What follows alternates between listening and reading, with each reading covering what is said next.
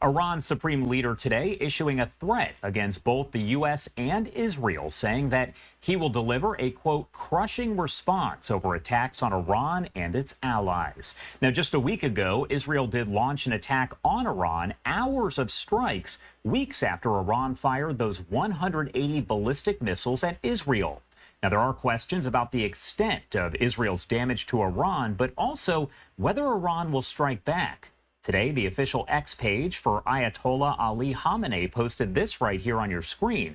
He said, quote, "The enemies, whether the Zionist regime or the United States of America, will definitely receive a crushing response to what they are doing to Iran and the Iranian nation and to the resistance front." How the U.S. feels about the situation there in the Middle East. Does it say anything overall?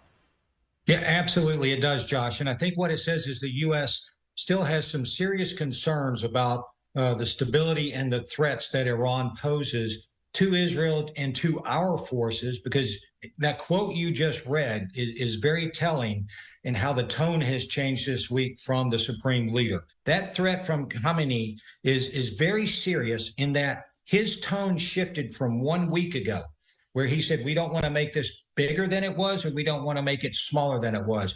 But he's come out very aggressive, and I think we're starting to see some intelligence indicators that Iran may strike back with its axis of a resistance, and that includes its proxies from Hezbollah, the Iranian-backed Shia militias in both Syria and Iraq, and the Houthis. So a combination, and this is one of the scenarios I had talked about earlier being a worst case scenario, is Israel could be attacked along with the United States forces in the region from multiple axes of attack, from within Iraq, within Syria, Hezbollah going. So if they launch this coordinated and simultaneously, that would be a significant threat and something that would be difficult to defend against. So we're going to have to be on our toes at least through Election Day. That's what some of the indications are talking about, or soon after Election Day, as the United States is struggling domestically to figure out what's going on, our enemies could take advantage of us internationally.